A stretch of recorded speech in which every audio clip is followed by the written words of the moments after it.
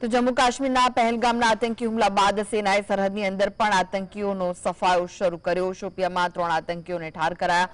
વાસ્તવમાં પહેલગામના ગુનેગારો ભલે અલગ હોય પણ સેનાનો સપાટો ચાલુ રહેશે। ઓપરેશન ઓલ આઉટ હેઠળ ભારતીય સેનાને મળી સફળતા। શોપિયામાં સુરક્ષા દળોએ લશ્કરના 3 આતંકીઓને કર્યા ઠાર। જમ્મુ કાશ્મીરના શોપિયા જિલ્લામાં સુરક્ષા દળોને મોટી સફળતા મળી। મંગળવારે સવારે હાથ ધરાયેલા એક વિશેષ ઓપરેશન દરમિયાન સુરક્ષા દળોએ લશ્કરે તૈયબાના 3 આતંકવાદીઓને શોપિયાના જંપાથરી વિસ્તારમાં ઘેરી લીધા। ત્યારબાદ થયેલી અથડામણમાં 3 આતંકવાદીઓ ઠાર મરાયા। આ કાર્યવાહી પહેલગામમાં થયેલા આતંકવાદી હુમલા બાદ સરહદની અંદર આતંકવાદ વિરુદ્ધ ચાલી રહેલા સઘન અભિયાનનો એક ભાગ છે। સેના દ્વારા પ્રાપ્ત માહિતી અનુસાર જે આતંકવાદી જૂથને ઘેરવામાં આવ્યું હતું તે અલગ જૂથ હતું અને તેમાં પહેલગામ હુમલાના ગુનેગાર આતંકવાદીઓ સામેલ નથી।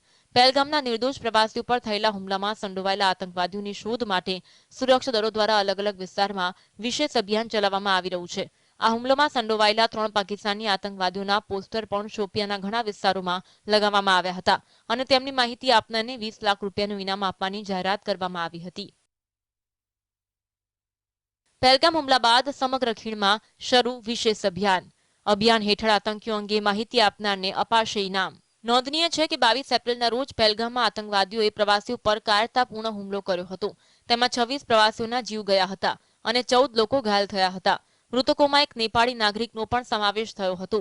આ હુમલાની જવાબદારી લશ્કરે તૈયબા સાથે જોડાયેલા ધ રેઝિસ્ટન્ટ ફ્રન્ટ એટલે કે TRF નામના આતંકવાદી સંગઠને લીધી હતી।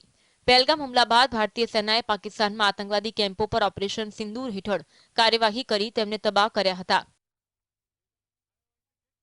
ઓપરેશન સિંદૂરે પાકિસ્તાનમાં મચાવી તબાહી। પાકિસ્તાનના અનેક આતંકી ઠેકાણાઓ થયા નષ્ટ।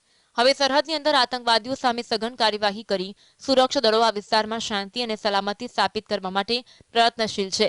શોપિયામાં 3 આતંકવાદીઓને ઠાર મારવાની આ સફળ કાર્યવાહી સુરક્ષા દળોના મનોબળને વધુ મજબૂત કરશે અને આતંકવાદી સંગઠનો માટે એક સ્પષ્ટ સંદેશ છે કે જમ્મુ કાશ્મીરમાં તેમની કોઈ પણ નાપાક હરકતને સફળ થવા દેવામાં આવશે નહીં।